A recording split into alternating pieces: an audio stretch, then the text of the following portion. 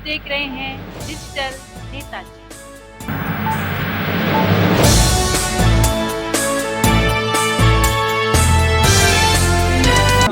नमस्कार दोस्तों, मैं सुधांशु सिंह। अभी हम जंतर मंतर में हैं और जैसा कि आप पीछे देख रहे हैं कि जोशीमठ बचाओ अभियान चलाया जा रहा है। जंतर मंतर पर एक दिवसीय धरना प्रदर्शन किया गया है। यहाँ पर हमारे साथ अभी कांग्रेस के वाइस प्रेसिडेंट और उत्तराखंड के spokesperson Congress party Dhirendra Pratap ji हमारे साथ जुड़े, जो कि पूर्व मंत्री भी रहे हैं उत्तराखंड सरकार में। सर, क्या है ये पूरा मामला और जोशीमठ का, इस पर आप क्या कुछ कहना चाहेंगे? देखिए, 3 जनवरी 2023 को विश्व भर में ये खबर आई कि जो हमारा पवित्र और दैविक क्षेत्र है जोशीमठ, वहाँ पर ज़मीन में दरारें आ रही हैं। रात को जो लोग सोए, सुबह देखकर अवाक रह गए। ये सारी घटना पूरा देश जानता है, दुनिया जानती है। ये बड़े अफसोस की बात है कि करीब 1 महीना हो गया, 3 जनवरी से 3 फरवरी हो गई, लेकिन अब तक भी राज्य सरकार को केंद्र सरकार से कोई पैसा नहीं मिला। निकम्मापन किसका है? राज्य सरकार का है। अब तक कोई आकलन यहाँ नहीं आया है। आज का जो सत्याग्रह है, अगर इसके माध्यम से सरकार पर यह दबाव चला जाता है कि 1000 करोड़ रुपए का पैकेज उत्तराखंड सरकार को मिल जाए तो लोगों की मदद हो सकती है। मेरी सीधी राय है, जेब में नहीं फूटी कौड़ी, बातें लंबी चौड़ी। इन बातों से कोई फ़ायदा नहीं है। 4000 रुपये हमारे लोगों को सहायता दी जा रही है। 4000 रुपये में 1083 रुपये का तो सिलेंडर ही है, तो बाकी पैसा कहाँ से आएगा? और सर्दियाँ हैं, बर्फ़ गिर रही है, इन सब चीज़ों की तरफ सरकार का ध्यान नहीं गया। जो दूसरी मेरी नाराज़गी है वो इस बात को लेकर, अगर गुजरात में ये त्रासदी होती तो अब तक पता नहीं कितनी बार प्रधानमंत्री वहाँ चले जाते, लेकिन आज तक भी प्रधानमंत्री ने वहाँ उत्तराखंड जाना उचित नहीं समझा।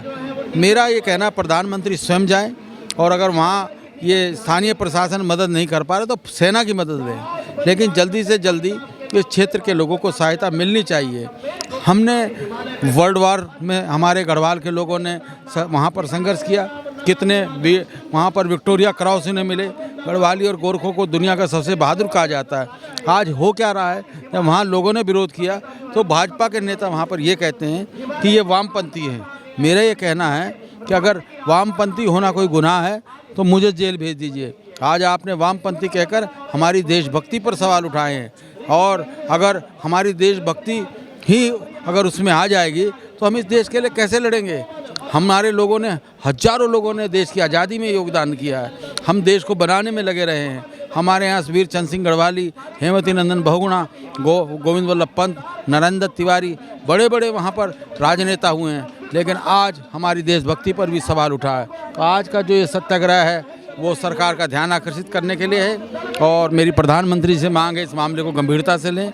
आज दिल्ली में एक बैठक भी हो रही है। हम उस बैठक में आए हुए तमाम जो हमारे रुड़की इंस्टीट्यूट है और दूसरे टेक्निकल इंस्टीट्यूट्स हैं, उनसे भी कहना चाहते हैं अपना आकलन जल्दी दें, जिससे कि वहाँ पर लोगों को फौरी सहायता मिल सके। सर, इस वक्त अभी देश में मध्य प्रदेश से एक खबर आती है कि बागेश्वर धाम सरकार को लेकर के, उन पर आपकी क्या राय है सर? क्या उनका, जैसे कि कई सारे लोगों ने कहा कि वो आडंबर फैला रहे हैं, झूठ फैला रहे हैं, कुछ लोगों ने कहा कि उनके पास हनुमान जी की सिद्धि है, आप इस पर क्या कहेंगे? देखिए, ये जो बागेश्वर धाम है, हमारे यहाँ के वो एक धाम के पुजारी हैं। हमारी शुभकामनाएं, वो अच्छा काम करें, लेकिन उनकी पार्टी के लोग, क्योंकि वो पार्टी में तो होने नहीं चाहिए थे, लेकिन उनकी जो स्वरूप सामने आ रहा है उसमें ये कहा जा रहा है कि आरएसएस और भाजपा के प्लांटेड हैं। तो अगर ऐसी बात है तो वो अपना चेहरा खोल लें और अपना जो तंत्र चला रहे हैं उसे चलाएं, लेकिन आसपास के लोगों ने उनको चुनौती दी है और उनको अपनी सत्यता साबित करनी चाहिए। लेकिन हम लोग तो हिंदू लोग हैं, धर्म में आस्था रखते हैं, इसका आडंबर नहीं होना चाहिए और इसका राजनीतिक उद्देश्यों के लिए दुरुपयोग नहीं होना चाहिए। सर, वो तो कह रहे हैं कि अगर ये आडंबर है तो हमें जेल भेज दिया जाए, लेकिन हम वो तो बता रहे हैं कि हमने अपनी चीज़ों को दिखा रहे हैं। वो तो लाइव टीवी पे भी चल रहा है, आज तक वाले भी उनको दिखाए। वो तो कहते हैं आप कोई भी बुला लो, हम सबके सामने उसको पढ़ के बता देंगे उसके बारे में, उसका क्या भविष्य रहा है, क्या वर्तमान है।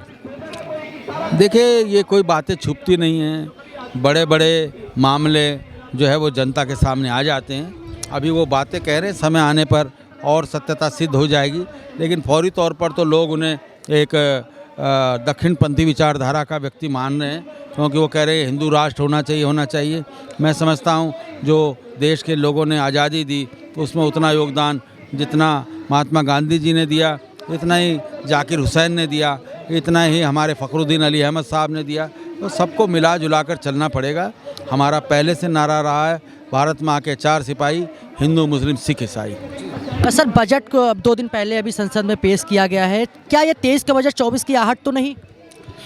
देखिए, राजनीतिक दल अपने ढंग से चलते हैं, अगर 24 के बाबत भी वो कुछ काम कर रहे हैं तो हमें कोई आपत्ति नहीं है, लेकिन ये एक सत्य है कि भाजपा अपनी ज़मीन खो रही है।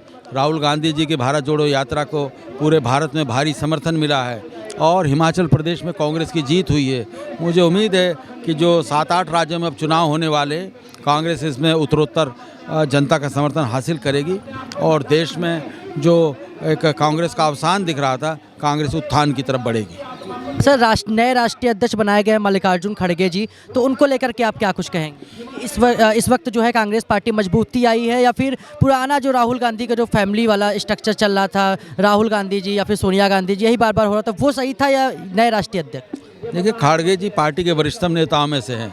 पार्टी ने एक बहुत ही सीनियर लीडर की मदद लेने की कोशिश की है, तो जाहिर है उनका भारी तजुर्बा है, केंद्र में मंत्री रहे हैं, 8-10 बार पार्लियामेंट में जीत कर आए हैं, तो उनका अनुभव कांग्रेस को मजबूत करने का काम करेगा, ऐसी मेरी आशा है। हम लोग बहुत जल्दी 23, 24, 25 को छत्तीसगढ़ की राजधानी रायपुर जा रहे हैं। यहाँ अखिल भारतीय कांग्रेस का अधिवेशन हो रहा है और उस अधिवेशन में पार्टी नई नीति बनाएगी और मेरा पूरा भरोसा कि इन चुनाव में भी कांग्रेस ऐतिहासिक जीत हासिल करेगी। बहुत बहुत धन्यवाद सर। हमारे साथ अभी धीरेन्द्र प्रताप जी जुड़े हुए थे, जिन्होंने अपनी राय रखी हमारे साथ में। बहुत बहुत धन्यवाद सर आपका हमारे साथ जुड़ने के लिए।